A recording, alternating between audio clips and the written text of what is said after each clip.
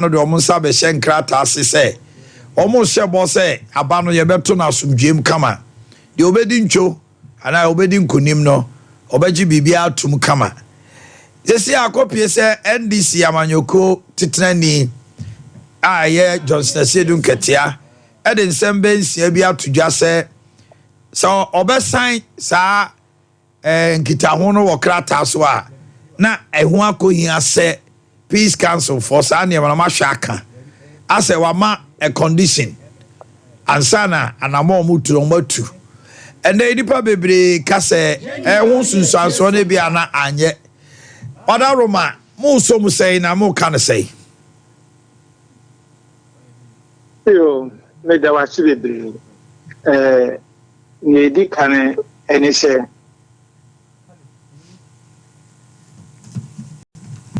Achoda Roma mi tie wo. Was say ensema NDC for no more air cannon. Was say inyina yetie nia omo air cannon. Na Sompa FM. Ye hu bibi. Se me ebi nso a na ye dada. Ni omo sisa ne ma we na ehayen.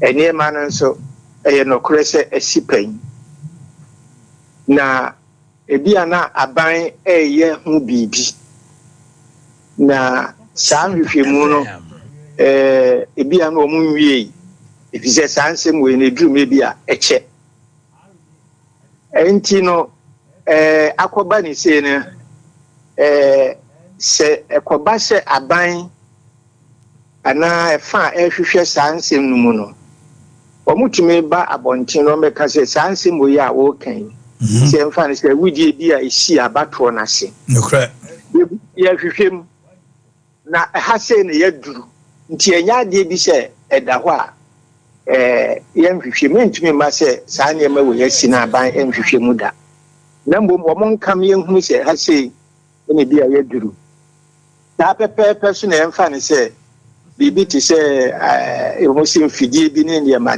bi a ya chi nipa bi no omo enkana nipa nyina nti se bi a ha sei ene yadu ena sei ena yeye we nya di a ne ye den se ye kasa wi a NDC for se bi omo kan omo nya gina so bi on betumi akase afeje yen fa yen san hye sa kratai asibiu ya de nso a megiri se aban no ne efa ehwe sa ne nyina so mbetumi akade akire yenyina ifi se ayedin na obi asunhuri a na omo de akwakoye egina so bi a omo egina so kasa na se ne ye kan infidie ne yi a eyire ne nka yedin so mo ekoye ye no omo de command fu so omo de command PP fu so omo de command gumo omo de command yenim awudi esi ye yenim se NDC fu de ni ye se NPP fu na ni ye nti ye Ghana fu ye nyina ye dwumadi a omo se na omo de akwakoye gina so bi a so omo mfa ento aba omo ma fo omo sa nhye asundie enhye ya ye na se na no na America se ense so omo kasa akora if we say sa semna wo can be say this manpenina ka say said this year to abana the party din kugu a o me de beto ho eno de ehia kura se manpenini eyesa if we say e wo ye mere mu dada enti so pe so mpo so din kugu din kugu nko ade a also ade to so din kugu nso dia sen ye no mu agi enkunim enti megiri se ye fa sa akweso a ebe ma asu ya ba sa nsem na ye de nsa hihye enkrata se IGP ni we se ni we ni eyo mo djuma dada nti enya kura mpo se ko mo ye sa ne ma no ebi if you say sa de no mo shai a eyo mo djuma die dada ansa na batlo be bakura na ansa no mo eye enti ehia de if you say ne ma bi kosi o se nyina twe adwene ba asumwie so edu mo do mo nsa hye ase a Ebuama asumbiye ba man for mun sa anhyase ana nkyerɛ sɛ di asumbiye nye den emma na di o sɛ amanyɔfo nyinaa hwɛ ni yie ni sɛ Ghanafo ye nyini no crack ye sua ye hunu enti ya mama nyoni bia kwan for Ghana ha sɛ so de basabase ye be ba Ghanafo ye nsoso so ye MPP so we NGC Ghana ni bi me say Ghana fo bia be so obi antọ kwako a wo de beba e no kore se wotu aba na wudi nkugu a eya na so wadi nkugu no enkyere se wadi nkugu nti o so de basabasa e ba Ghana mu ha sei wudi nkugu a o so sha atenase na o ye ahosiesie na o sha wo niema ye Ghana has say na say me di nkugu no ko ade enye sa ade a Ghana mehye dia Ghana fo nso so if you say Ghana fo ye hunu amanyo mienu no amanyokuo mienu no ni ya wo mo eye omo ba say no omo ye we no ba say no omo ene na Ghana fo egina so na omo ato omo aba enti say party bi ye na gene say what the basabase say ye NPP say ye NGC a ni amedie ni minim na say Ghana fo nyira so ye hia say ye gigi obi a so ebua obi a man nkugu a wadie enti what the Ghana le ko say ya somwie e wo Ghana man mu say Ghana fo pension na minim say Ghana fo so enso so saade no so kranti amanyofo no so amanyofo kuofo no no mo ye amanyo na wo mo se ye nto aba mo wo no omo so enhwe saade no omo nhia de ye pa nya sa omo de basabase bia bo bia ni ho be so omo so ama omo de basabase yo abe se ya sunwie kakra ye nya no wo Ghana ha sei boss Reverend Matthew Akwasi Ajamfi meda asia no pay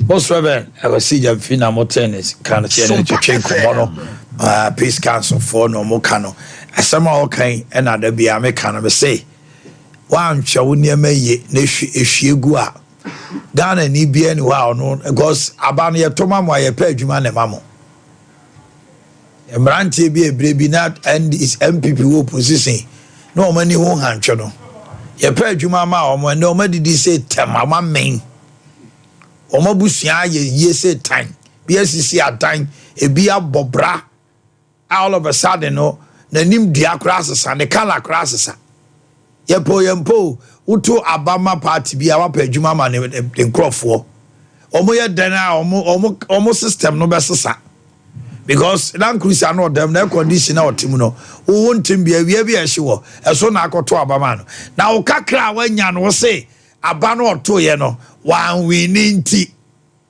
mon sore mfa ma ne nsekan uni agu okopra no wo akase wo kopra no because wo kopa adwuma ma ko okum ana adwa sewa awo bottom na wadwene no akodich satete no a ye yanko no ene emrantie no bebre akọ school ene odi gobe oba ho kra no wo position kra no ofre wa wo mfi no na obenya power na abefi no the opposition oba abem wasesa ne number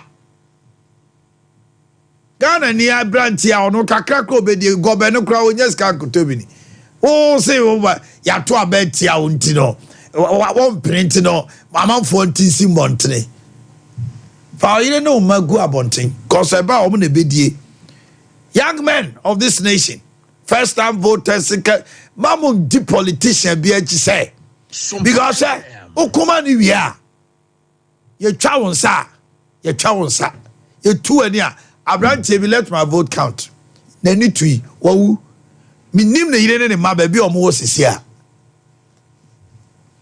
and so let my vote count abrantie o de ba yo di and David Asante and the one that you publishing Ghana Publishing Company CEO emom so okoye wa ye hoyi pa bonabaso wa ye hoyi na nso so adodode a wo di sisia no abrantie na ekotu nani a wo wuo no me ye sure say busumi bia o ma na yire chop money on ne ma party ni kwam se jama mo rafi mpo mo de mo tra omom go pra ya waso wasu go di e che yetutu omutu to do mo nan no mebusaw techi ma amrante a mutugu monten so a nipa ngotwe wuye no se wo yire na wa wo pecha na o mako school a na onu free SHS a wo betua fees party do dia no ma ya mamo munsia nyansa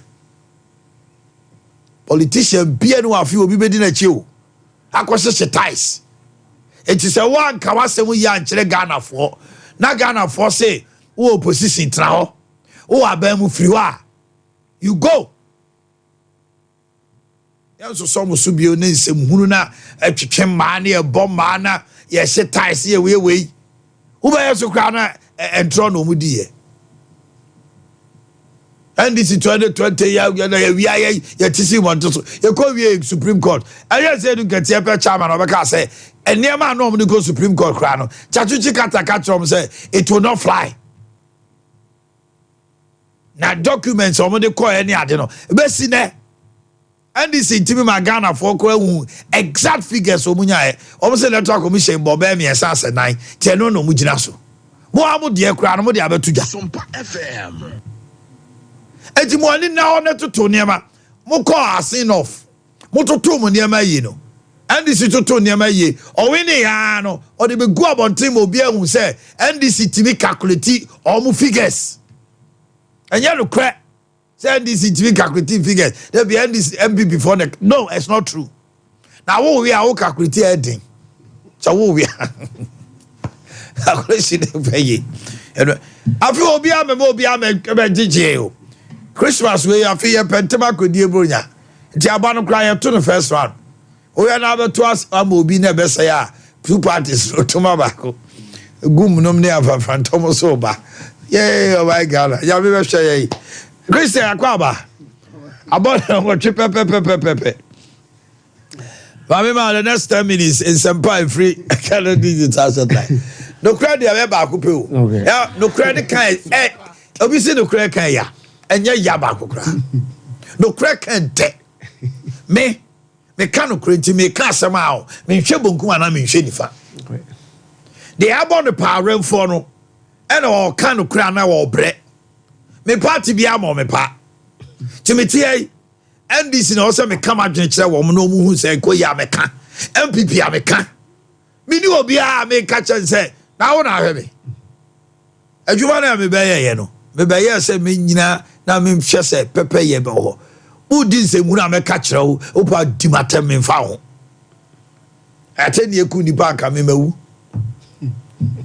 enti wo nya wo cha wo nya obaba be asumje kakra Ghana ye nya no obaba be se no wamamo ni nya Ghana fo ye be bie nsani ani a kire Ghana fo no ma hu wa wo twa ntro ye be ka ye that is our duty enti ye wi ana Ghana fo de gu nsani ani no ma take decision say papa we ya odi part na nim no wo mboa we be boa MPP for beboa NDC beboa NDC moa MPP be ye ka bomo ne akọ ne de ensa akọ team enu ti na afi we wa wo se wo nto aba no wo be moa wa to aba because wo de wo se wo mpe no onko to obi koto ama de wo mpe no ena de wo mpe no so wanko to obi koto ama de wo mpe no entra on kasamento aba it's your civic responsibility as a Canadian. Exercise your vote, for your vote is your power. The otiso anya no tuno. O MP na anya ko tuno. O kotumi clean koton ko komutimi de tuno. Ada 2020 two MPs bebre. So office ono na o saba na o ya de abako no ba no. Me yiri that day sambe warme a. Ko fa ne bra. Se Ghana for extra politicians say will to me a. They will not misbehave. Obu abako constituency 20 years. Constituency why to say ayi she knew and some trauma ada him criminal we are not be free kawasem and I ka anye I mean tio mini akasa o wade fa kwena we na you fan check ese mo bibia nyankopon de na che no de adomo na o hwe Sompa TV yenso ayiti radio no Sompa FM 93.1 amo na meti ase bibia e be fan ama no pay de bia e de obora Kennedy digital satellite bia e won Sompa de be brega na mani asantemani wiasemai amo bia hu se ampa Ghana hana yete no ye oba bi ho no ma owura ho no ma enioma emefeye nika emefeye nije emefeye akono ema se ukofia tese woni je wakasa se wo se ampa mi wura fie me hu se eye fie mu na mi wura no saa ne ma no eho ena no peye de wura yi bia ni obi aka ne din ahye ne fe no Kennedy digital seller. Now, Mr. So when you are na say TV now 4 different telephone numbers screen so the opesa wo fa bia na fa kita hodie bia person ni Kennedy di se fa TV ho se fa fridge ho se fa kettle ho se fa iron se fa blender se fa rice cooker se fa gas cooker with oven se fa washing machine se e adwuma mpo na enkoye na wo se opa adwuma ya anopa ho asem ene nkomo na me no ba bidi ahye no e Kennedy digital seller. Na mesre Baby, I will be no number ni de hu hia ye fa na nkita hudi a person ni Kennedy din fa na ni ani yen so ye tie radio no me de number no to dwa sisi fa say ye TV ho adwendwen say ye fridge ho adwendwen say ye kettle say ye iron say ye blender wo dem ho na ye hye na wo so air condition bi de obo ho se ne be ya yare a ehye de ba no ebi tu no obusua me so no pay hia air conditioner ahwe do ni be chen air Kennedy because enye me ya me bu boss ya me bu body say ye TV say ye fridge say ye deep freezer say ye air condition say ye gas cooker with oven say ye washing machine say ye kettle say ye iron say ye blender say ye ceiling fan say ye stabilizer say ye standing fan sane ma we baby obenya de ye papa na ne boafo no ahye no ye Kennedy digital seller na da bia o man da bia me kasa we me say ababa ayo bon eden ya me ya wadom na se opega obi na se odi ni si baby no se me abrabo maboa mo atimi aboni a oda na bom pa abobi ma no e no pe mo nipa me kan ho ase me Mr. Kennedy shampoo ya on the CEO of Kennedy digital seller that we pe be obi ano you chop so nyankopon hiro because wa some pimpim ase asom pimpim mu amanya me adom nipa ne bebrebe e komonim na o man no pe me so number say di tudwa no fa telephone number no Kennedy ene ma na ye to ni nyina delivery services say ye fridge say television say deep freezer say iron say blender say rice cooker ade bia wo Kennedy ahwe ya ye yusu wo fie de be modi de etimi modi ya ebi wo Kennedy ahwe obi ano person ni Kennedy nkita ho numbers a wo be frɛ ya wo ne e be nkita ho no e ye 0244 385 128 0244 385 128 and 020 765 3031 Oman anopay da bia me kasa so mum se oman na wiase ati aprobo aye bo aye kwa ye be oman se woni adwuma ya aya na ensem no aya na eha oman Mr. Kennedy tina se o se da bi ye be TV bo aye fu ye be fridge bo aye fu ye be air condition bo aye fu papa ne ne mani nyina bo aye fu se ne be wo Kennedy ya so obetimi atobi oman me Mr. Kennedy na ata zo se da bi eni pa woni adwuma ya ade ne bo fu se de yi onye sika no de abetobi eti Mr. Kennedy atena se nyabotre a create adwuma e de amatemamufo Ghana ma santema ne wiase ma nyina se we eye adwuma kase a Kennedy digital seller ye de aba na mo bi to bu se se ene ye adwuma bai eye adwuma bai amanda bia me se Ghana ha aduane die fe ni agro kuma se asantema wiase ma Ghana man ye mfa fufudie eni agro o ma wi afefu obia di fufu man mi se mi tie fufu e me life ah o man me fufu e me life papa because fufu de die baby o be ko bia no o man na me tu kwakwa voter region akacha abo o man me ka se na me ka se ngwa me ni fufu o man na me tie abo sa so mi si fu mo ba me ba o man obi ato Kennedy fufu on the machine na nipa asanlai ya ekura o mo banti no mo board no mo menke o mo ko wo fufu e de ko mo fi akodi o man ensawani ensaw ka kire Oman Ghana hobia ni vuo na Mr. Kennedy say we a business kese big time business ya create e de ma Ghana man asant many we asema nyina say adwuma we sa wo yare o sa wo sa we akra sa we penio sa we aketesi o sa we branch sa we akokra ya brewa empo ano pema no susum na so mesre kasa obi so e disable otimi nkom mampa o man adwuma we obetuma ibi na adwuma bai o man eye Kennedy fufu pounding machine 17 per making o man a big time business uti new site uti osa uti crop from asa CPC pankono ba bia uti bia se we ni se we o site no o man me kan form bia se to bi ne pesi ho ne fa ye adwuma na wo benya sika dia bon ho brane na wo nya sika na ni bra kwa wo so wetimi akobi o man ade e pa ne se wonom na wo ni sika wo hu o man sika so wo benya e adwuma na wo beye e na wo de nya sika ento man waiting na Kennedy yes ye create adwuma de mani pa ya e Kennedy fufu pound machine se me kan form o ma me papa bra ne be tobi o man no be pensioner sika no dia no wadi bo so me na enwa nkwa wiye o ma no dia no wadi ohun de wode ye ma me papa me kan form on say sika no de wonya no bra Kennedy ahwe be to Kennedy fufu ponde machine bi fese wo fie ani mu ma mo nya wo say aha fufu machine na bi wo ha ye de ye adwuma ye de wo fufu enti mra ho ama na hode kwa we ne de ko fufu na mo bia hu no ma nipa lulu e ba bo fufu ani sika wo benya e sika puduo ya wo betumi de abo ho brane Omano bi ato Kennedy fufu ponde machine bi wode ye adwuma nya sika bebrebe ene woto ne ka Omano bi ato Kennedy fufu ponde machine bi wode ye adwuma sa ene woto plot oman wo sifie Omano ntrafa kun kase adwuma ni Ghana ha na adwuma abusu o man Ghana mu ya woni breso be ye adwuma oman ubenya sika na oman adwuma American form o say we akokora we abrantie this type of business doesn't require any certificate enfam Omano ya metia bi ni doctor degree ni kase ye for doctor degree for nkwa na mo makwa adwuma oman ke so be ni adwuma ye obi ni masters oman senior high school junior school obi oman obi kobida no man that means say nipan onya adwuma nya na e wo so onya adwuma oman Kennedy food and machine business e create here ye dey moment mamu for oman emfa ho say wo ko school emfa ho say akokora emfa ho say abrewa oman so wunya tobi e dey sifa ko na so wo dey adwuma e sika bebrebe be ba wa kwa mu Omano nye wenko Kennedy yesa de meko machine ba ya eno no ye fa ne Kennedy pepper machine eyam jene eyam akekadu eyam ntos oman in large quantities tudo bi abegum bia no ebe yamam Omano se fufu ye ne nkwan na editi na nkwan so de atoso de fa ne vegetables ene yeti ye no so we so ye adwuma kese Kennedy ye create se ubeto meko machine bi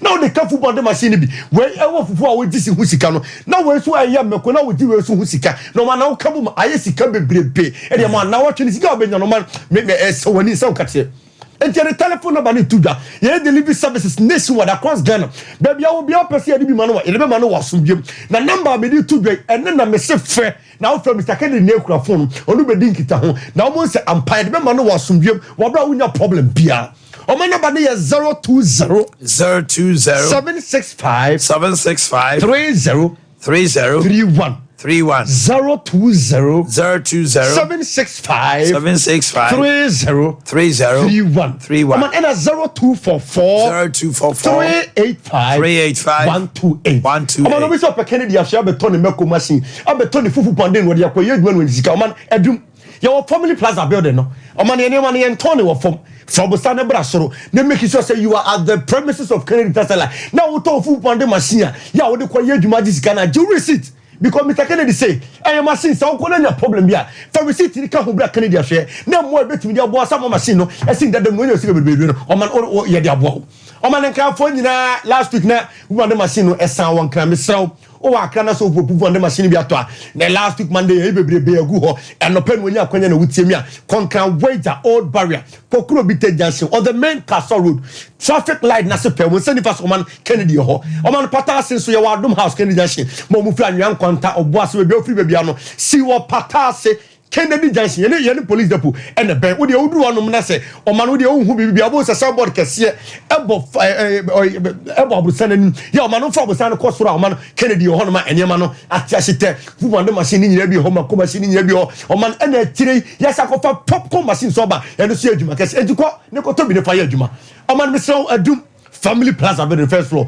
no man ade de kwan say nipa no bebrebe no bo so omu pefu pa na machine bi omu pese omu be to bi cotton no ya omu ye dealers no an opportunity has been open for you bra Kennedy share the brand no bo say fu pa na machine no mo omu be todo do kwa de eno no de kwa de esronko ebo ne da form ye na so wo todo do enti no se ne bia be ade be ko bia tumi ni Kennedy bo na gina penti no o man bra ye ne pedo do cotton bra na se woni adwuma ya adwuma me kan form na no pe no e Kennedy fu pa na machine me so bra no man no pay se wo benya akwanya no watie Sompa FM o man de ufa no betie Kennedy ye ufa sin bebrebe ufa ya esidema efe enije o man se wo tie na se wo de to Sompa FM 93.1 yeso pese yetimi connect bluetooth e de ma ufa sin yan we ye connected bluetooth e de ma no FM wom obetima ye bibibia ye de pese effective bibia pese de febia no o man ufa no Kennedy ye yibi nemom numbers ne ye de ba betu dwa bibia wo bia no se ye TV ho asem se ye fridge ho asem se ye kettle se ye iron se ye blender se ye Kennedy fufu ponde machine de oni be ye adwuma no wanya sika no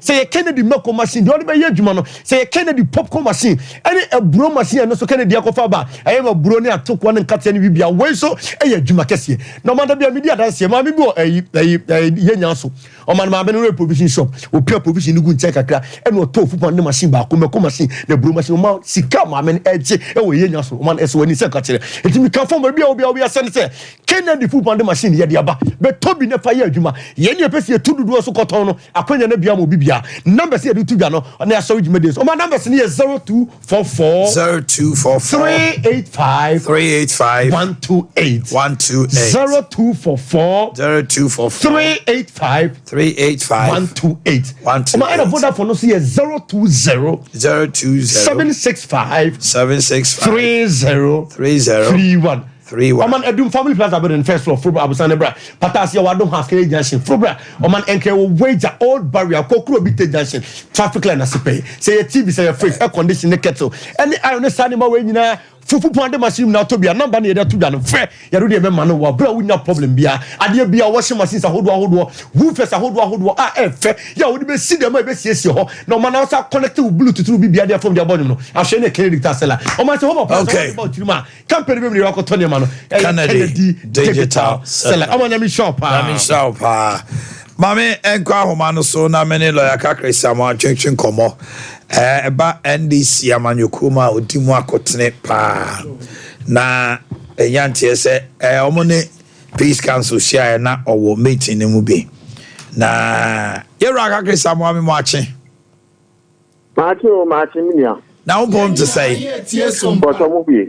ye do ba de ase enro omone peace council share no enrachi says conditions are more to two jano. And open na mene Reverend Jeffrey Chinkomo. Or say and some of the two men no or mobile shame. No more officer and 70B, but just say IGP, Baku to say CDS, a bit to say Chief Justice more or months 4 months and shame be. And a bill Nanada Kokufa the major simpies or no. Or who say Nanado entering Cassel own ya abanum abra. Ghana for decide say omo kotena fie de aka investigation to say touchy my dear no ena ebio nso so ayawa so de na also omo publish no ono so fi say o say Ghana for de omo shame na yama na nado etimi publish eno no omo so omo ne mo ya adwene anopai ensem ya o kan ono so free peace council mo so mu say Kasana can maintain kura wula ni very bad. But manjanu sa umbe no ko. Musu mbere na mudi yijuma. Inyan yasi. Yen tum fa jansano, yen fa nshaka ta nasi. Na maka bibi ka kebincho. 2020. Yes ani bio. Meda 2020. In fact, time would be ever sign for yes, the Christian Kaka into about 2 or 4 5 months, and so 4 years number. Yeah, but sign. The reason why I need to sign it now, I was so I said, used to one was to share in me short social treatment recommendations or yen. No present to cover the Naban. What you want to answer? Don't cut away what you do. When you catch up to today, you have not implemented those recommendations. On account of those things in 2020, we were very reluctant to sign the 2020 Peace Pact. When you can say, you can sign on your share. Together, you can sign in. About some music. I had sometimes you can come out. Like in the Bibia, Bia, like the other peace council when you mobile no let bygones be bygones. Yeah, sure that's it. You can't have a creation income. One hour we 2020.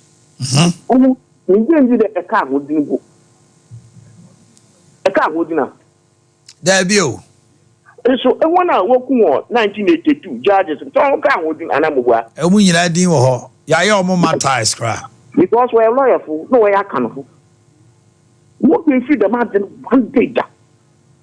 Well, lawyer for waiting. What yes, I want to wait. You passing 8 people now. We can. Mama can be intro. Number 1. We will go in a mobile battery. Zakaria Samira, who waited 12 years. She was only 12 years. Mr. Fisegi, who waited 14 years. Reta Kopi, waited 15 years. Boakye, he waited 16 years. Abdallah Hayarik, waited 18 years.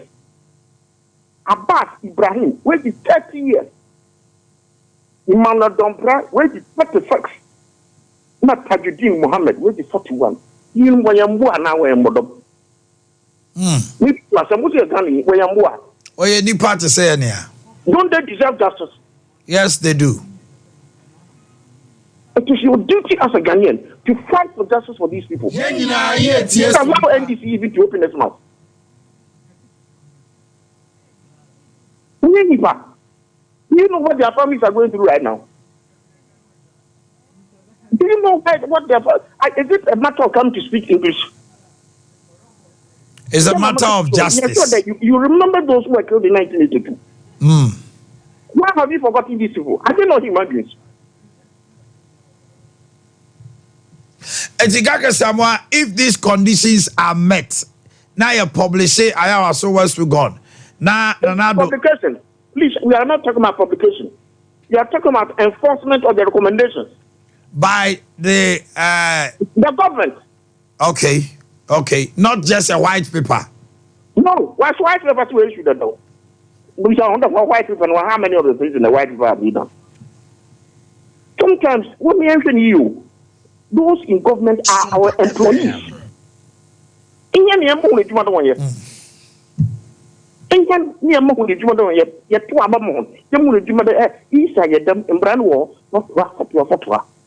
They are doing what they like. But even if that is all that they did, say you are now convenient because of their incompetence and maladministration and mismanagement. And all of you are quiet. Why? Sure.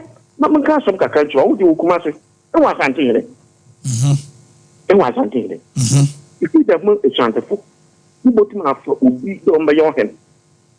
On James today, golden stool is the stool of the Ashanti nation. If you the mass will be sir. Maybe so. If you don't be sir. And see that we are there. The people of this country do not like LGBTQ. Well, that's what you mean. I think you're here.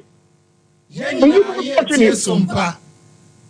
I think you're here. And you people are watching him. As I said, Nana Santini say that he doesn't believe in the golden stool. Will it be so? Sir, as Antimera say, on ye, as we need you, dear war, Sikajam. They have said, I know there, and on Sikajam and my Asante. Thank you very much. Things are happening in this country that have never ever happened before. Who would their president be? Will have the gum. Also on him, also the gender. Who will be that? I have why a president in it. When you walk down, I have everybody know that president. And all of you are quiet. You should go and sign. You should go and sign. For what? For what? All right. Kakre Sama, me da ase anope. All right. Lawyer Kakre Sama na wote in Kano is a member of the NDC. Now meeting Nasi. I say Penini by let bygone be bygone. They can't just let sleeping dogs lie bygone be bygones. And more from Bobo Mudi 13, 12, 16, 34, 41. Say abo mutio ekuwomo aban no anya nhwehwemu ame ehu de free mu ba enti no ehun sem no bebre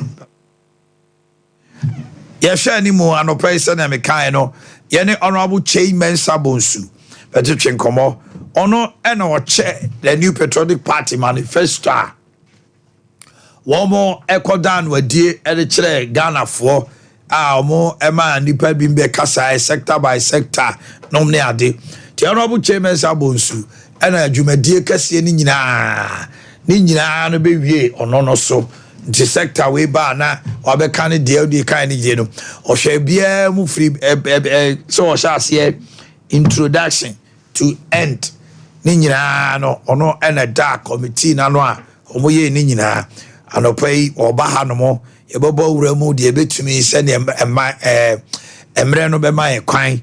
Na yene na twetwe enkomo na ansa na no mesrewa se wo ho na utie me obi ho ma odwonso a wo se wote ya wo ne bemem obi ho no ma awo ho sema ye den wasaso aye mre or the taria na why one paso na man twetwe no mesrewa uhia givers p capsules afei koko na adokrowa amama ya ba osisi mama utim se osisi mu aye mre flames no nyina be free or waist pains no nyina be free or any givers co capsules givers herbal mixture malaria typhoid jaundice ebeko givers gc mixture so and then the capsules no ma rashes egugu ba no be ma ho nyina no ebe free or fresh 0543 222470 0543 na bibia akoso kama e de amount emi scientific stroke anase eye akoma uyade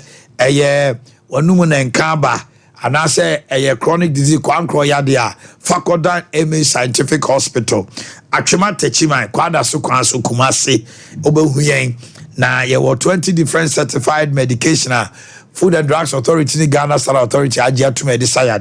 Your number is 0277 001234 0277 001234. Kenyan and Magic drinking water, alkaline water, 8.5 pH. Obo modern numunsuya na abu unse calcium, magnesium, potassium, iron. No brand money or body, I want dear, I won't sue me an a womb.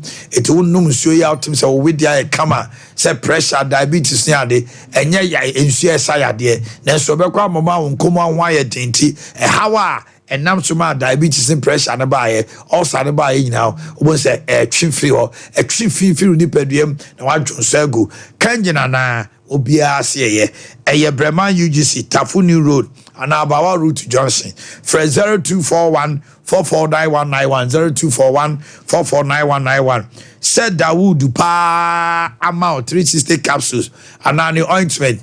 Now the atwitwe usisi ye we ya sasabro na hotutuo ebe free osisia afa obedue hospital no so said diabetes pressure and I said muscular pains and joint pains there and ye Dawood ye wo krapa ejoso se hia sanyu so na your office kase ye wo 0244 88 6437 na bibia ekoso kama e de amount Afe Boris B, yes, yeah, we chicken. Now, yeah, we chicken, papa. But more than never yeah, chicken, papa. Na we chew better chicken, full chicken, wings, thighs, breast, gizzard. Me they am bepe wings, no. They are not extra 7, say no. A ground quemua, and your body, pa. Boris B, announce your dead. And nothing I may come from out. Fresh 05344453 38 Herbal Center. 3A Herbal Center and one say cold capsules 3A cold capsules pains in every waist pains no coconut siasi afi constipation so ababa utimi say when we free bowels never but modern say Colinac Danny Herbal Pidank ubenya bia na missy 0546107107 obo huye obo Herbal Medical Research Center yeah dear ye hwehwemu mani CPC tie na no na ye hu se wanya profuse heartbeat broni kind of palpitation or the friend of angina heart pains or the friend of migraine a chronic headache and fatigue and dizziness wotimi se wonya adwuma so wabre wani su brew fa be die your high blood pressure ye be hwe obo stroke diabetes kidney disorders ni nyina so ye hwe na obanwu ye won kran kaswa official town Kumasi Adwa to Adumenu and Kranza headquarters at the Smang Ejira Kwanso. Number 0249 76150 0249 76150. Na ye ko anima anesa. Afei 21st clinic ye do Europe. Ye free Europe nra. Ena ye ko piemu ewo South Africa Joburg. Ye twaso na ye twem ewo Zimbabwe ni Swaziland. We are bringing you Sciatica African tour. And no and I'll be the dancer say bebia de da Freya ya na WhatsApp 0244 915116. Otia siakchwa we ya Ghana ni akopie we ya Nigerian utim say we ya Africa ni awo bre wo de ya say bra na yen show 0244 915116 na bibia akoso Maranatha Evangelistic Ministries ye di dwumadie fibia ye die no Miracle Convention 2024 Psalm 115 verse 14 no say increase. Dr. Emmanuel say kwabena donko Apostle Yo donko bedwumadie yase Dr. Lawrence Teteba Bishop Dr. Evis Kesi Efri Obuase na me papa Joseph Jiman Sante ono so ena dwumadie sine na so ehya se adwada yakopem ne kwasi ada na anopa no nonkron na morning session enwumre no num pa mu Maranatha Miracle Center Senate in Chemu ha ena Ghana Commercial Banker uko KM no na chipe enye yira kwan come and experience an atmosphere ubo se to me ena eye ewurade dia afei me kamfo ama se dimpa natural health say eye osanko dia that is your last stop. Your second floor wala star was the chamso Kumasi haya mensia kwano so brane yemhwe wo osane maw frey 0246 744 744 0246 744 744 and 0245 1184 34 0245 1184 34 asphalt toothbrushes papa ye de ano odin de wa dantamu ne wo mreye kra kwala no de no princess for evidence executive friendly and a galaxy ye the Afri-Fresh herbal toothpaste medicinal so it gives you strong teeth and it protects your teeth and your gums for 0535 452 263 0535 452 263 Fibo Ventures ye wo Paul Sego Lane 3D ya de no time herbal mixture time HH mixture and capsules ema unkomwa wo ye den na watimi akonyade ahodo nyina se malaria dia TIME Freya 0244 417 669 0244 417 669 na bibia ye dey akoso kama Liberty Conference baso nyame ya adoma memre dey be na wotwe yours truly Omanhene me ana mudi manim ne akọ doma hinwa nanim wo mpaebo ne ahoden so tisiesie ho sa wonso beba bi na nyame ani monyama daddy Jubilee Park memre da no nsia ne ahyase 31st the last day of the month come and receive God blessing never hear nyame amani ye ne tumi a daddy erade kan ho sa watu anamon kra se wo babie na Tony Sack Electronics ehwe me ye birthday sineba and then me birthdays ni we am na kan nyina me no honorable chairman sabonso watrase ye betwetwe nkomo manifesto committee chairperson ne abusa no the spirit and the letter of the manifesto ebu on mana ebi mu peso mu nyankyere mo ndo be cheche ni nyina mu e de akere wo fie ha stay with us leader is here leader no de ye yifri nso enye yo daddy naka leader emeritus I don't know what I'm supposed to say. Bibi aboko there. Yeah, nobody has say. Maybe I will chances here. And any part of video ma woda. Nana ya mankwa. Oh yeah, reporter was Sompa TV. Newsroom for nyina se ma otrim kwa. Zidana Azuda. Na ya woda. Doctors of 21st Clinics watch out. Right Reverend Dr. Abraham Nana Parekwache.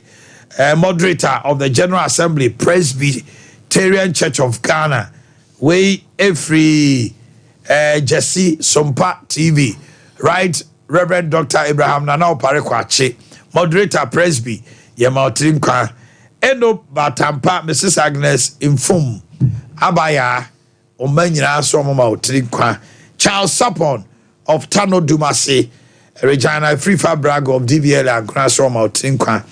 Ena nana makonedu ukunu kwabra mensa abrampa osoma otrinkwa kwabra mensa abrampa de ya efia de no ana okay efia de na okay yedi bu ahụ Magnus upon Christian Junior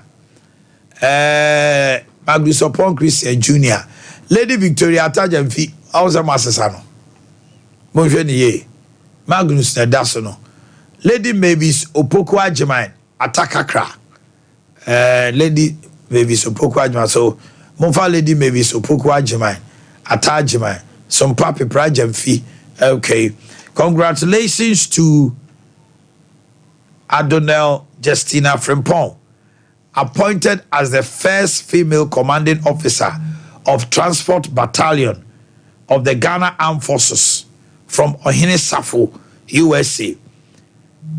Colonel Justina Frimpong, the first female commanding officer of Transport Battalion of the Ghana Armed Forces. Congratulations. Ghana nyina woni oba ya dika yiwo. Se ko hwe military for transport no mo tsan so. Ya ma train kwa. Honorable once again. Me mo akwa aba. Me jidi so ho ye. Ya mi adom boko na my lead kakra. Ai se de papun bia bomi ntina me papun kafra. Honorable Chairman sa na MPP amanyoko ni say womani so ade hunu a ompeso omode bebu man say Ghana for eye Dr. Mahmoud Bawumia na MPP for adom say omonto aso a omo elebeto Ghana for edi omo na kotra se kochire mu Ghana for bebre atem manifesto oh me manifesto eno ana mi ti agwa bi wo say manifesto and I'm say hey manifesto. Honorable. Yes, sir. What is a manifesto in the first place? Manifesto. Presidential candidate. Wujina party be ataban so. Eko prese yen for mine on shenensa. No me bu mine. Neni swadi hunu. Se edomane eshemensa. Kwanya menam so. Ebechechire oman no amampuntu aba oman no mu ne bi abeka amanfo oman no mu no eno ani manifesto do na enam se ene na wogina so e dia kopre se yento aba manwonti sa amanfo no te wase a ne de man hye wonsa na brofo kasem no obeka se abaye contract bi abaye contract between you near manfo no I to abama no and I say Ghana manfo nyina because obey mampani a you to abama wo you want to abama wo nyina we the mampani enti contract ya dawo ni amanfo o manfo no entem se mode o man ma me akwan a be fa so akikire o man enti eno eni manifesto no benim se akuku dambom DNT na won ye word na DNT so na ujitu mu so obey because it's a Herculean tax. MPP and this wadi hunu. And him say nipa bebre bochi dom nanso at the end of the day manifesto ya ebeto dwai ne printing ne writing ni bibia one word the correct Mrs. Bibia and I we so ababa bin brofo ni bibem Ni ade tie say sa ko we pa de bigiri senka Dr. Mahmoud Bawumia na also the man who said the no yi Michia na da cha me musa but ni chire mu kakra me man say yi share ye ho ache me ka Dr. Mahmoud Bawumia oni me madwen me sumi ni madwen wo ne ba bebre ho emra na ye wo minority and I'm a minority leader no Sidia aban ano ho ndc aban se ebia obeye budget na ye wi no wo se ense kire adwen sa me na me minority leader na se ne wonim no se bia bibisa ba usually no se ye ni dimwa bobo a wo minority ne fa no dom kuma no fa no ni obekasa edi akire edi enchiremu nyina ba about minority ni position eye minority leader the samre no say me tro me response to budget no a obi a na me de akire no say onhwemu me wo adwin bia na say o adwin kire bia obeka ho na so be yi bia free mu na ni Dr. Mahmoud Bawumia oh okay enti na usually make us say which be 40 pages na what the manual or we make ho over here bia one paragraph bi what it means is that we are medwe no so okay we have about the same eyes looking at these matters are very major matters in the affairs of the country. So President Bema be delivering a message on the state of the nation. Na say ye dimu abobo yimu atenya. Again, ona na bia mawie bibia no be kire no. Enti say ono so se bia na opese oka bibi samre no. Ebia asem bi bai oka ho asem oka ne say. Ebia me pull it out. Na me dia man say o say na me ka no. Na me nyina so ni. So enti many times and they compare notes. Okay. Mami who say I say a vision about the same vision. Okay. Inti me gidi say and no ka ho. Afi so say ye sign the cabinet. Otie mi sama meka e wo cabinet ho. Inti me gidi say ofa o kan ni na abo mu no o ye say o. Okay. Any pay na man na wada committee ba so fo bi ne tie. Now obey training Emma Sabason phone. Okay. Honorable, one major issue now, and this is the sing song of many Ghanaians. And yeah. A bit more accuse your government. Say, what does the manifesto say? Dear na manifesto no can to alleviate that hardship. Ghana womb, because at the end of the day it's bread and butter. Na me gidi say mo max mo de masambe to Ghana nima the current situation amonya won baby dia na matro wo mu ka kire Ghana fo. Oh me das unia ma menyin tum say eneme mu ode neme mu ode no enye aban no na ontimi mo ne ho moden a amane mo ayeden yebaye 2017 to 2019 na ewiase ahoma bia bibin firisoro emetwa bayira homa mu ma ho kire maaye no na Ghana ne nke yakue ni mu paawo 2017 to 2019 susudu edi susu o man kanko bia no na Ghana ne yakue ni mpa. Okay. On the average, they grow economy no at about 7% GDP growth rate. If we are seeing now, something now we China, if you are the second fastest growing economy was Ghana. After China, the second fastest growing economy in the whole world was Ghana. Now, ya osuya wasa ma otochi enti so okay as am record na environment is for no munye hwe and so de yen ko etoto NDC for no so de ho na Ghana na ka ibo modern power because from 2013 President John Mahama ebetra man so ebesi 2016 afi akonya no so no mfie na no the average rate of if I say GDP growth in this country now a 2.9%. Now a 2.9%. Averagely 2.9%. In Vietnam, 2.9% in the grow economy. Yeah, buy and they call 2017 and they call 7.3%. In the history of Ghana, two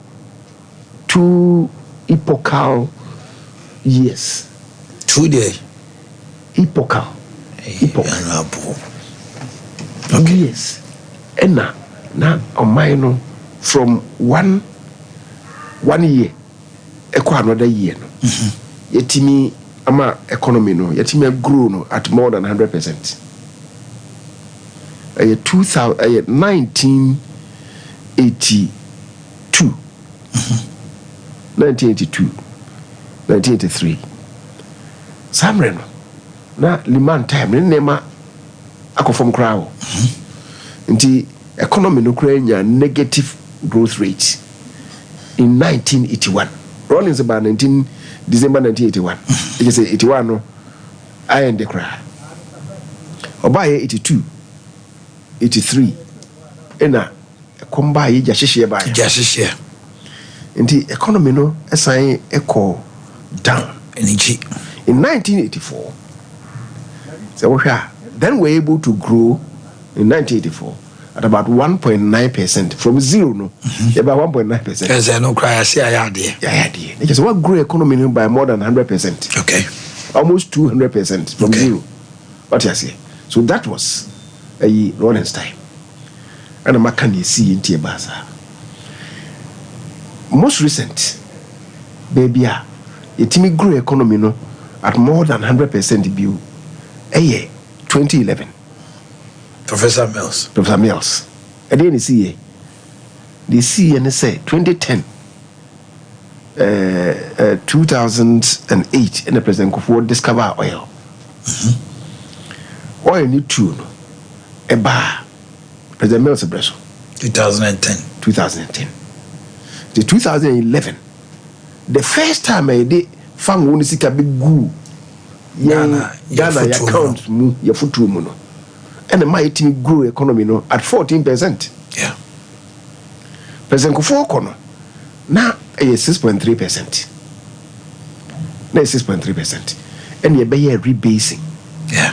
Rebasing you know and my peja ye mu di by 7.2%. And President Mills ebe grew at 14%. What it meant was that in fact, President Mills grabbed by 2009, a tiba from 2009, 2010, a tiba from, and I found one by it's a pejai from 6.3 because a year basic man about 7.2. No, President Mills by 2009, the economy grew around 5.9%. President Kufuor didn't grow a tiba from. 2010 was around 5.2%. And 2011 now, Fangonisi can buy you call 14%. Yes, your growth economy no at more than 100%. Okay. But close to 150, 160% and you grow. What you say? But Sani Mano, Nichi Muna Mediamano. The ABCB Copem Nan we are.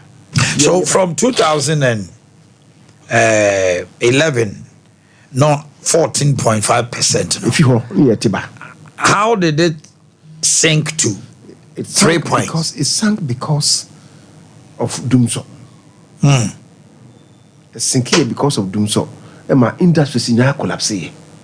You crofwe diwo jumu and my economy no about 3.2% or 3.4%. In fact, the last time one work on 2016 3.4, but 2015 was 2.2.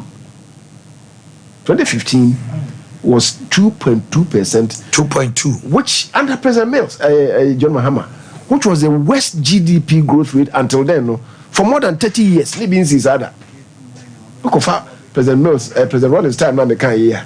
Economy no had not sunk to 2.2 before. President Mahama, Nensanu Ejumano no. So depend what's here for you. But I'm saying, say, and ye bray 3.4, then we're able to grow at 7.3. You say, it me a double economic growth no. Year on year. I feel back on fee next year. And yes, a DBSC, but it was prudent management of the economy. And the Mayans are. So 2017, 2018, 2019. Nina no. Now more or less a plateau at 7%. 2020 and a COVID-19 be boy. For West Africa countries no be brave. And register negative growth. Yay, you register 0.5. We barely kept our noses above the water. So, in fact, Kakrem says you never. Yeah, we need to tension. So, that was it. COVID-19. And the Ghana Hango, West Africa, and Africa, we are singing in the sea. And yeah, na ekobase ibia ye kan na ebusuafo no ye se o na muna mabe yesi mabe se omunka de ntia ade ne bae don't forget, say, before then, now we had engaged in some banking sector cleanup. Yeah. And involved close to 22 billion cedis. We had also inherited huge legacy debts in the energy sector, and yet try to be cleaning up. That take or pay contracts. So I try to be cleaning up. And there were major issues. These two things, and some the COVID number. And COVID never I feel ye free moon 2021 2022 Russia and Ukraine for Suntoka a buy. People then as oh na bomb na moto to hono ibi Ghana na. The effect of Russia Ukraine in Tokano on Ghana's economy, the chance of the bomb de back better. Because bomb the back better ha na no ya obi anye na dwuma ya e ma apiachi dan na ma sibi ko explode ye it too from no. And on effect on the economy, let's say. Yes, we had to reconstruct the village, but the cost is say. Russia and Ukraine and talk on day. So I'm saying, you more for Ukraine for more scholarship. We are talking about a nipa over 220. Yamamo scholarship or more. So the Canada minus. Yet tone tone steel products, in particular iron rods. Yeah. Your crabby briefy Ukraine. Yeah, that's true. Your crabby briefy Ukraine. Your crab yes some the palm wheat no. Your crabby Ukraine. Do you know say we be in film ni say your bread size is here. And maybe a breast size na kudura. Who say that's also a problem. And minia, I don't know be boy asante.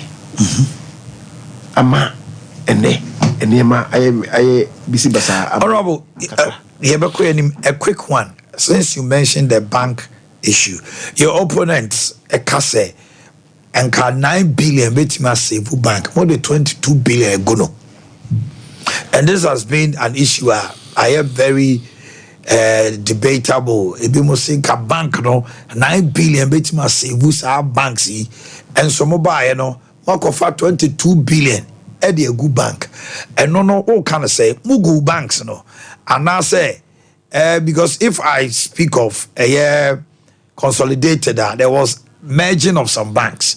Ghana Commercial Bank and Capital Bank were merged. But the message out there is say you could have saved the banks rather than collapsing them. And the indigenous banks, I mean, almost foreign banks now take you over Ghana. And they are also 22 billion. And come between maybe from Ghana banks at now. Minya, assembly about be a concern, we see a drain of fat. We say. I answer for 9 billion and Koshe banks no. 22 billion a day. 22 billion a day. Oman on the musica kugu. And I buy no yes at Niabano. Sikano Bessie Tuyama woman. Scano be Tuyama woman. Scano here. Scano existed on paper. Who knew Sikano? Our banks no. Our banks. I won't Sikano. And I bind your money Sika say, and Pesa a month for no woman. It is kind of a woman. What it means is that 22 billion I am for Canada. Now almost say sign for 9 billion best support to home. Now the 9 billion best support here, you beat me up a game. What the 9 billion coin a year bay? I cannot buy a day. I pay 31 billion. The affair was also salvage. You need 31 billion. Oh, okay. And I didn't know so. I didn't know so. It's not like say na a buy no support to home. A buy was supporting them. Okay. Offer bank to say there were some of the banks. Na a buy na nkasa sika. O mine sika. Na ye de koto. O mine sika na ye de koto sa banks no. Ghana ye nhyehyeye. And they say central bank. We a constitution more. Central bank no. Or say, and I'm quoting Article 183 of the Constitution. Or say the Bank of Ghana shall be the Central Bank of Ghana and shall be the only authority to issue currency of Ghana. Clause 2, they say the Bank of Ghana shall be the sole custodian of state funds of Ghana, both in and outside Ghana, and may by notice published in the Gazette authorize any other person or authority to act as custodian of any of such funds as may be specified in the notice. The Bank of Ghana and Kwana Omanhene Yaw to me yede scanner to.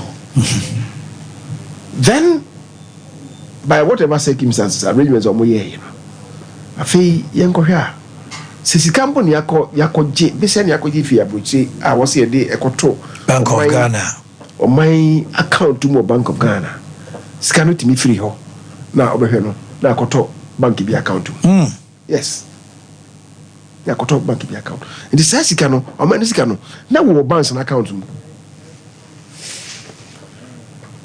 me no aka sa se mi pen say yakobo welcome ewo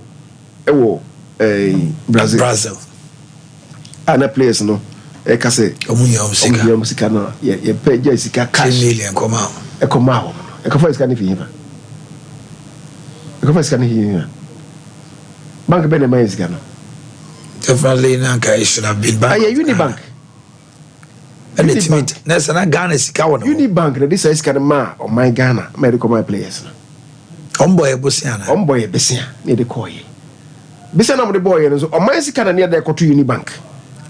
Hey, and a Unibank then on lent the money to Ghana. Yen sika da. Yen sika da. And I saw the ball bosia. The ball money besia. What it is higher for me yadwa higher interest near Sunday come on. So how come say Unibank can collapse? And the other say yen ba ye no. And finance minister no can say. O my Ghana ya council all banks in the money man. If you cramba unhunu. Indeed, ye create central account. Ye sika o bank bia o baby and ye metro central account. That is what caused liquidity liquidity problems for the banks. Okay. Dr. Ndum, no so the banks no was predicable baby. You know what was supporting it? School feeding. Skebia near the ma caterers no Indian banks near the fa. Before you came. Before ye buy before you buy no. School feeding started present for time. Yeah. NDC ebe twas. Jafe they used medium no say yemfa and so they were spreading to Nkrasi Bebria commercial bank ni ho. What's all this kind of a bank? Then they were using those vehicles. It got to a time after 2 years can be 3 months in Pia Kitchens Neka. This kind of a bank. What was happening? Let's just see how this kind of a year make a cancer or the Akoma Kitchens. Government then decided to say it's coming. Yeah, fanfa. Hope you and ye fan commercial bank. Okay. So that's what happened. I think the commercial banks also ABB and Krabata Bibri. What I say? Then that cost on the bank to wobble. I feel the bank in him. And it's not as if say a buying in the big collapse banks, no.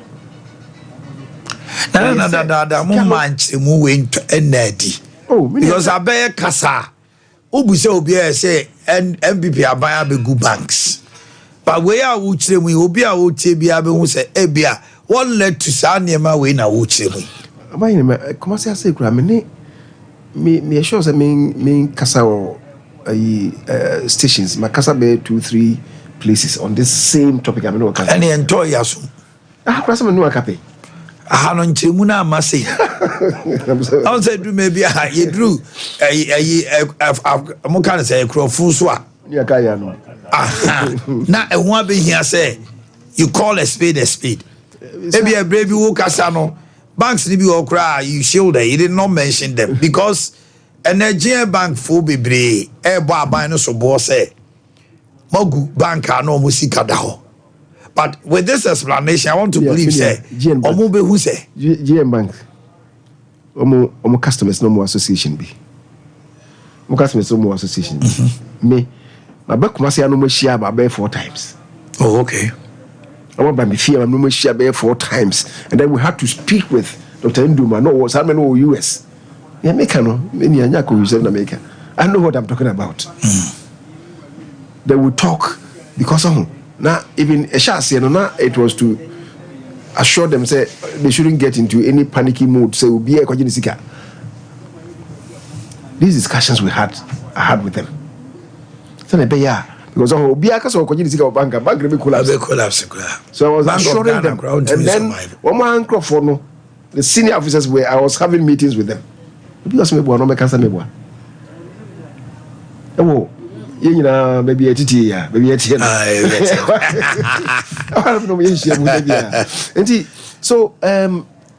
So I'm just getting to the point to say, and you may see Emma or Mino Emuye Dino. Okay. However, of course, and the lady Mayako, I am a phenomenal sa Kitahunia, Shishano, a Buama or Manasa Pejabu. In fact, even post-COVID, apart from say 0.5%, 2002, na fe who say a bakakra. 2023, 2023, na ye ba shrubio. For 2024, you improve budget in December. No, once your target is a bit me a good economy around 2.5%. Because now, now we felt say this is very too optimistic. But the first quarter, a better assessment of the economy, including World Bank, we had managed to grow the economy at 4.7%. 4.7, almost double. That's the first quarter. Second quarter, I feel no more assessment of the second quarter. Now my information is that the second quarter no everybody say around 4.5%. What it means is that even for the worst case scenario, it will mean that even post-COVID, I feel also no one will be able to grow the economy around 4%. Worst case scenario. Okay. Obia on the COVID in see that Russia Ukraine war in see the original man was 3.4%. That person turns around to say we are mismanaging the economy. And the economy is rebounding. However, there are still some challenges. Say in Ukraine, currency fluctuation. Ade Akye Abia. The Kanino Nanka Bank of Ghana. You say before say Omanhene Yaw. The Bank of Ghana, more international reserves are building. And let me say this: the time since independence, the international reserves, if you could drew before COVID, since independence, you be that close to $11 billion international reserves. And the how they buy now or the Bank of Ghana for the crab so now stabilizing currency in the kakra. I'm a phone buyer, no more than a Bank of Ghana for no year. So now, as a matter of fact, from close to 11 billion, the year in the COVID note to save lives and properties and so and livelihood in the area, reserves no ever from. But it came from almost 11 billion, by 6 billion. Yes, it really tumbled. It reserves in America. It really came down. It came down because we used it to shore up. And near man, I was saying for COVID. The whole world, countries and major economies in people were not going to work, teacher for they were not going to work, and yet we were paying them. You be a buying public space, the public service, you be a brana among quite now, Nina can a high economy. So, but now, as I'm saying, we are coming up. I must say, reserves, the last count, you're free 6. In fact, you're bad on about 5, I think 5.6 billion. You see, I started air bill there. Okay. Yeah, about 8 billion. You see, auntie, say BBC Biwa, that's a you been go be ma. Now, a bit we are taking care of the nation for not less than 3.2 months. Okay. Which is significant. Okay. As a Mahama Econo, may 2.4 months, and then it will 3.2 months. I think when you know 8 billion may sure say Nibia become. But what is important and the game changer, Dr. Mahmoud Bawumia, and thereby economy no any sa gold for oil. And then it's a gold for oil agreement. Why? Because Fango every day your mind here I use no it's in the region of about 120,000 barrels. Ankre no. Ohania duno. Yo ha empim hania duno. Pim or hania duno 120,000 barrels. Ni yene debia. Debia yedi gu ye ka mu di ye niema. What you say? Nia IPPs no here for a thermal power generation no my independent power producers no. Am I? What you say? So now so you are looking at all those things, then you see say enema fangono sika here on daily basis say be import oil no and also na enuntino ena omu here fangono so ye de dollar neto nti on daily basis no sika here they are craft fangono. It's so telling. And the man, Dr. Bawumia said, no, baby, I don't know. You can say, this cannot dollar no go if I'm going to our economy will collapse. Okay. Because Sri Lankan way. It is an yes, agreement. Agreement in the same. And they say, yea, you two Sikako me. Kako, you two of my mono. Or mine or Chefa. Or mine or Chefa. Chefa woman, and they say, wo my omrapono, say in Article 257, say Sikako be a former good year, be American Sikako. I won't my moon. Are you my dear? Indeed, hey, in short, ding be, and now, in short, a tea. Friend say a form a baby crochet ask on a pea. What's a book of car, Korea as Kakobina, and I win on fire. No, I'm them 90 years. And you, dear. Oh, I know they said, Obiani, what they are now, maybe Mitchell say, your constitution is a Cobasa, no, and you, dear, your Mamuni Nadia. Okay. You must go and declare it.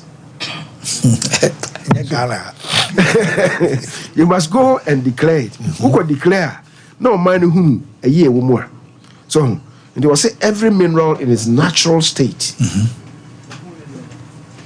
in, under, or upon any land in Ghana. Yeah, as no so go. There was here. There was you. Near what? Insuno or you sue rivers and streams, then Obeka water body.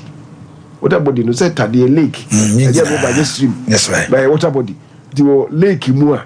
The Buson trees the people are here. Mamuni Nadia. The exclusive economic zone and any area covered by the territorial sea or continental shelf. Omano baby assassin yes you no copem e be assassin see o fapo no so e ko nautical miles ahenu 200 nautical miles nso na wo ho no de was assassin asibia no o man Ghana dia tini e fa wo no yetu ni nzu mu ho no abaye dia no say ke ni Ghana assassin so but the can Ghana territory ho enti you say your man dia amane dia na say etua o say ɔman hunu mu sɛ deɛ mɛnyini wo a wotu no ɔman hunu mu sɛ me de ade a wo wotu no bɔ ho ka of course investment na de akɔ nti wohia mfa so na ɔmfa so no nyinaa mu no ɔman no so deɛ wɔ mu yɛ sɛn kane no a na yɛtwa tima ɛyɛ sawmills paa wɔ Ghana ɛwɔ Kroma no LL mo ne AG mo no wokɔ mill bi akɔ sawmill bi a na customs te hɔ nti dua bi a ɛbɛpaeɛ no ɔmo hu sɛ dua korɔ no nwie wɔyɛ odum mahogany wɔyɛ framo wɔyɛ sapele ebiara ne boɔ nti wopae wie a custom no a ɔte hɔ no wɔde stamp asi so ɔhu sɛ ɔma value no nie ɔma no kyɛfa wɔ mu ni okay sika akɔ no a yɛtu no ɔman mu no saa ne teɛ ɔhu sɛ nti big mining companies no wokɔ hɔ a saa deɛ no wɔ hɔ as gold no wokɔ hɔ a customs no te hɔ nti yɛnane wie yɛsɔne so wie ne yɛka bɔ mu a ne yɛsɛ okay wei value ni so aban no die ne ɔmo de stamp abɔ so but galamseyfoɔ no ɔmo ne yɛ ni saa ɔmo nyɛ saa ɔmo nti na n'ano yi last year ɔmo sɛ ɔmo world market for gold no so ɔmo nim de free Ghana ɛkɔ nti ɔmo sɛ the last message on the state of the nation President Akufo-Addo deliver here in February this year and ɔbɛka sɛ sɛ deɛ yɛsika akɔ no yɛnya ɛma no twɛ 4 million ounces nti Africa ha sei no yɛnea bɛyɛ the lead producer of gold South Africa no na yɛyɛ but sɛ yɛtwa South Africa but even the 4 million no yɛnea ɛyɛ less than half of the declare adentia wokɔ Dubai say go the figure na ɛkɔ hɔ no na ɔmo authorized buyers wɔ hɔ or Dubai ɔmo nim ne figure na ɛba ma kɔ hɔ ama ɔmo de ma kɔ ɔmo billion house a gold no ɛba ɛwɔ ɛpono bebia ma wɔn ansa na wakɔwura saa dɛm hɔ bebia pono bɛyɛ sa na wakɔwura dɛm hɔ nobody goes there ansa na ɔmo wɔ certified refineries and here raw gold no mo de akɔ no ansa na mo de akɔ refinery akɔ refine so na ne make can say saa go for oil no ɔde aba no now it's forcing ɔmo nyinaa say declare na Bank of Ghana ɛna ɛnyɛ baby a ɛbɛtɔn saa gold no ɔno ogyina mu ama ɔman Ghana ne yɛhu sɛ yɛkyɛfa ɛwɔ mu nie nti kɔtɔn sɛ nti atɔ nti ɛno na yɛde kɔtɔ ɔgye a na ne ɔtɔ fa ngɔ no so ɔna yɛhyɛ ho sɛ more or less barter arrangement okay so wo pɛ medium wo sikako mini dollar me de beto yi wo sikako so wo ifa ngɔ tie ko ne ba no value no na ɛne so oil value na de aba nti ma afei yɛ nkɔgye dollar biu ɛmfa ngɔ yɛ saa de no that is ɛna two things na yɛ aboa ma Bank of Ghana ankasa enya gold bebree ama since independence gold near World Bank of Ghana and this for those days almost na Kufuor time almost you could break into Bank of Ghana sasa gold nya kuntum percent na dasem Bank of Ghana gold na wo no na enko ba bia now by this arrangement here by no Bank of Ghana etimi increase the gold reserves by more than 8 times and inti ema ebe show up sika no you continue sad for about 2 years nya okọ America so dollar no a ejina ne naso dendenden no e gold reserves ne baki okay emana hoden inti no se yesa bi e wo Ghana se ne rebamu ase nya na e beboa it's helping Bank of Ghana to no to be able to cushion the city ama sa depreciation na okay that's number 1. Number 2 is say make the pressure on Bank of Ghana now say me don't let me fankoto we say no so e be free ho na eno no the completion of it no say odi eyine baye no de na enka ho no ene say Comfort by gold now. I'm going to call refineries now. Bridge, or call refine or refining. You look at you say, I don't call refining, you know, see it here. Now, according to you, and you know, no, any refinery, no. Yen Sibiwa. Sibiwa. I know where Nanu. And I know Mukubiano. Royal, Ghana Royal. There's another one that is even coming. Ebenyaminu. Today, Fango, no, I none and Wahaya. I Sigako, no, Yanan and Wahaya, near Hunibalu, any. So, Oko Dubai, almost Omankituano, with a population of just about 4.5 million, almost 2. Almost 2, because Hawaii gateway to world trade. Almost 2. Back when you're certified, but then you're certified, nobody buy no use you. Because I buy no say me refinery. What's it just all certified? What's certified? I mean, and I'm the age. I'll call us and process somebody far. Only good need family. So let me just come back to the issue. Say, sir, gold for oil, no, and so every boy and pa. I say at the end, no baby. Was never be bria, ya. Cecilia make a say. So what to say? A combi yes stream. Combi yes stream. Insurance to almost as a complaint. Insurance Antono. The Indiana warehouses. Burkina for any send our minimum is Unibeza. The Burkina for any Mali for any northern Nigeria for Abachi Edico. Because then a common BS in northern Nigeria. Any Mali in particular. But what it is that say you're not planning for food and jobs, yeah, my excess now you go warehouses na million get away. Can't hear about Kenya. And running there. I'm hearing him say, or so for our hair, young food, dear so, honorable champon, or be issue statement to be. And I may buy maybe my brand to me because I mean, him say statement never know you know. Since I'm not paying the bar. Or no, I could slim, Wako. Tibia or Koshena, one day Monday, he went there Monday to do the assessment. Unfortunately, there's not a cage, any baggy dam now was a baby. So, and then we may have to look at how to get over these things. And we'll say, planning for food and jobs, or Bow Bishimukana. Now, 1D1F, I say, factories in core district Biano. I said the basic number agro processing. And was semi bar. Sadi and Bishimu Kane North near Boa Womono. Sa one village, one dam now. Dams get you know. Did over 257. And and no people crack. Senuniwa, Union Canadian and KBC. And what it means is that is profitable. And you say, and expanding a year. Now, your warehouses was a year. Many of the warehouses, admittedly, are not doing too well. They are not doing too well because on warehouse, no. So, building one warehouse, what they store tomato, what they store beans, what they store, if I say, maize, what they store yama.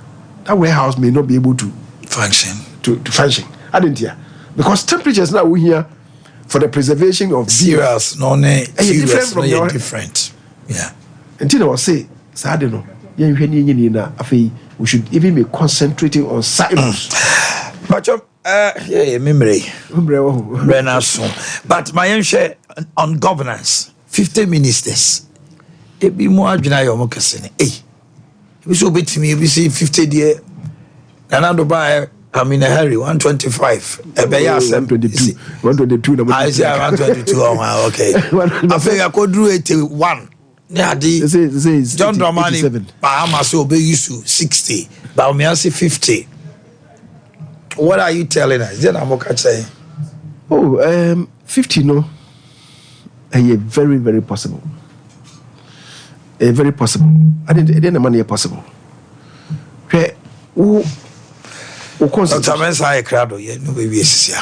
Constitution essay president who can offer ministers to assist you to run the economy efficiently, to to run the economy efficiently. And was say within some ministers no wait me for more and I for more cabinet. Cabinet there was say number no should not be less than 10. It should not be more than 19. Abaya dwe a hoye bia no is underpinned by a policy. My dream pa me de ye ade we ini. My dream pa me de kwaje besia we say na pesa e na be me sei. Nti say loan na okoje sa agreement na okoye se mrebi na wo be ya eye policy na guide. Okay. Constitution no I say cabinet ministers no and the boa president. Okay. In the formulation and determination of policy. And inti agreement biya ye de ko parliament. Loan biya ye ko pay. Emre biya ye bill biya ye ko ye policy kan ho no. Sa policy no obehun say cabinet minister no na ni din hyase the signature was on behalf of the president. What it means is that so when your cabinet minister won't me for agreement in ko parliament. Cabinet was number 19. What do you say? Since 1993, I started dealing with the constitution age, man.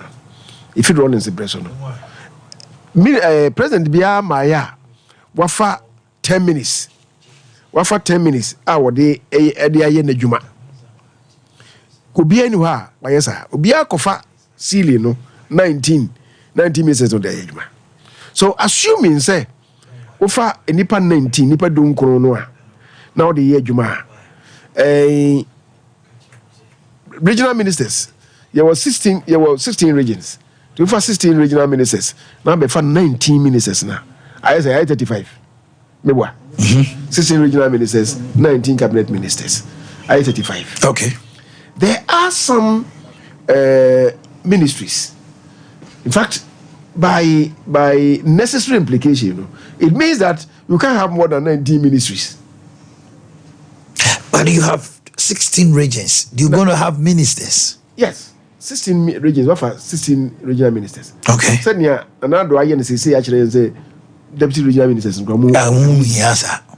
So 16 ministers without deputies. Okay. 19 cabinet ministers. 35. 35. But there are some ministries and the Ukraine where there will be here deputy. Okay. Okay. There be a society lands and natural resources. Lands no ankasa issues no ye big. Enti minister wono na ho de wo lands a wo akofa deputy minister wono na ho de natural resources. Natural resources includes forestry, it includes mines. Akofa bia ono so nim de ewo finance so be here. Finance. If finance, the Minister of Finance and Economic Planning. So Minister no na ho de wo finance. The deputy na ho de wo economic planning. Okay. Enti obaye sa. But say ankasa krambo no, the Minister of Finance is the only Minister of Finance, economic planning no ga ho. Okay. So if you ask me, say a corner side here, or Minister of Finance now, he doesn't need a deputy minister. So deputy to do economic planning. Yes, but to say I have a new for now for me. And you look at your budget. Okay, budget nature there brought by Minister of Finance. Yeah. And yet economic finance planning. and economic planning. What do you say? You the economic planning may come here. You may need a deputy minister. Minister for Youth and Sports. Your youth development and then be any sports. What do you say? Intino so kofa the person in charge of youth, no. So deal with youth development in one. Now you're the minister. He doesn't need a deputy minister for youth and sports. But the corner the I'm just saying the ministries need be among here deputies. Okay. So let's see say ministries in the 11, 12 be or deputies. And I can't 35 and why is it? Maybe 46, 47. And a president may appoint a minister of state at the presidency. Okay. To assist him because he be an maybe a bar. So, a cross cutting would be for health minister and go on. So, would be for my Maka health ministry. The Obia Yapum in.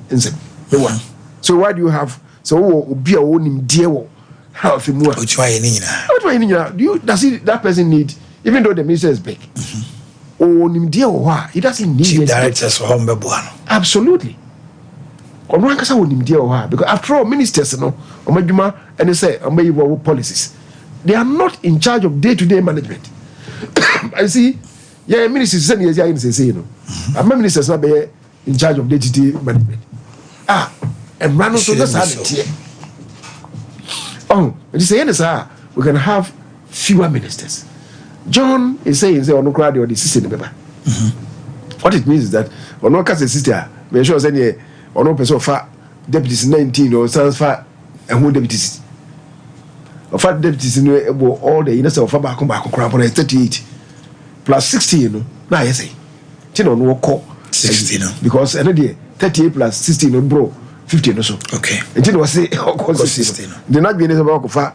I'm maintaining deputy ministers in all the saying ministries. 19, okay, but it should not be that way. Okay, and now let's face it, ministers. 2 minutes wrap up, mommy. Ministers, deputy ministers. One more office and maintain the office, and it comes at huge cost. Yes, huge cost. They say, it will be huge savings for the country. Then you say, Ubia, dear. Oko America, appoint will be to a ministry. You're veteran for our ministry, no. If you name dear what about boss our ministry, no. I'm a man according. Not just wholesale. What I say? In the America, there's nothing like say a reshuffle will be called ministry. It doesn't happen there. Almost near your monsieur or more. I said, oh, two hours, we need the engineer. Perform more, we maintain you there. If you don't perform, president, you get another person. So if you have to be reshuffled to another place, or some parliament there, ama, yes, that's a testing with brains or and so what's our call out here. There are so many things that Baumia intends to do to uplift this country. So with my peja if you baby your way, the moment foundation also need to follow. Abetrama or minor. It is not to, we are not in a state of denial. Say good for the year. Why be pa? No, no, dear, no. The fapem no na okay. Now, I don't know about Saba because I was here doom. Election of MMDCs and name and Dawson. Now, I'm running team. I'm Dr. Mensa Kwaba. Ya pom this one here. Now, minim say subsequent days ahead. You be nyabre. Na ya to ye boase ne adom suko ahoden dia awrade ama kafra say na kra na o ye nya cold na hey sorry mu de mu nya cold mu nya flu arabo I say flu ya escafodia cold ya locals all right Dr. Mensa my tea one pay oh my medasi p em say anopay and then my shed that you na boa na meti heading na me team no man eh my young father Dr. Mensa so hoye na ye head yen so yetimi yo so yetimi ye no I don't know me why that near actually NPP manifesto e go na no watch the children say so make Dr. Mensa manifesto manifesto na me be kan na yetimi yo so ya ajere wutie no ba yetio doctor me da say your number there omo he TV ni na he screen ni so abon se gu so kama the MTN no na ye WhatsApp number 0244 no e bia na pese o ka se mbi kire yen o we se bibi kakra bi tetete na de ato ho no mi wi a meto me boase na me wa no metiu bio Dr. Mensa Heba clinic no de yetimi yo no nyame nyimfiri yen nsem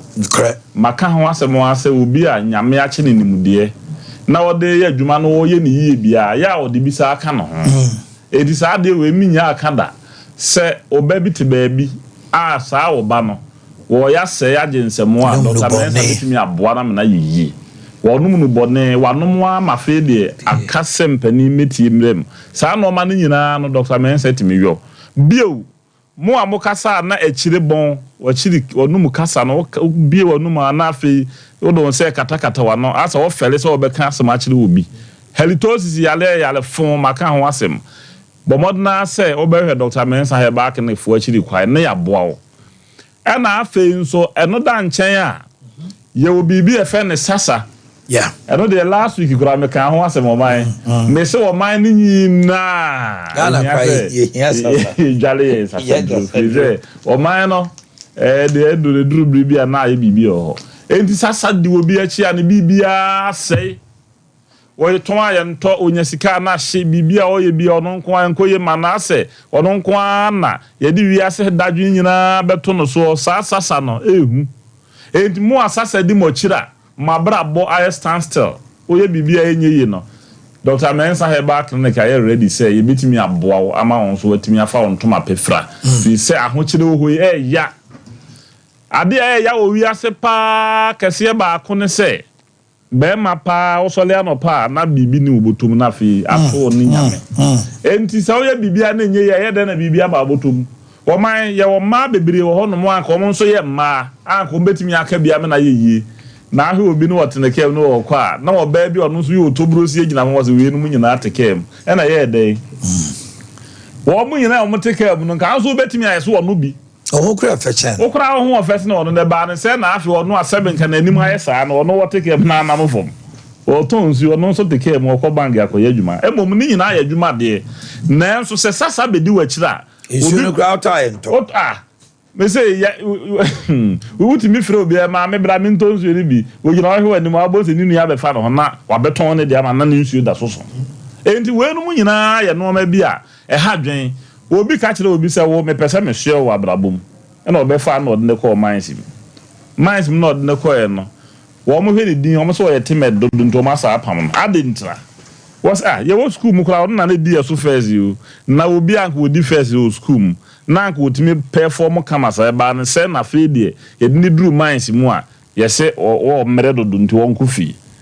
efie sasa ene abusua mu sasa ehu pa nti se wa ma wani anna ho na ye wa adwen se o me de me ye da wa ha me de me ye se wa ha why a big mistake me kan no kra kire o ne sasa duro ya de ehu hia ahaban wudwale bia yi wo hontansa nyina afiri ho o ton ade amaame ano o kaso kane o no na aduane si wasese bi wagya na yagu ho aduane si ho no mo saa no asase sa na ade ekofie me mam example bi wo yinchi ye ko ho no ye ko to maame bi aduane ye ko abumu o tin bebrebe nzu ye ni ase no kwa wo se na mo de kumase formula nte ye de abomu papa na mo pe ye ko ne request ya abomu bi wo se na de metin bebrebe mama amu ni mo ase no kwa da bia na aduane ta ho ade ntra mesremu de ye kan enya agudi se sasa bedi wachi amese wo ye bibia enye yi enti bedware sasa dro period mo a yale enso abegu mo so ama mo nso mutwa mani amu hu ba bia amode mani kire Dr. Mensa de motifa me ho ane se ono de we duyefo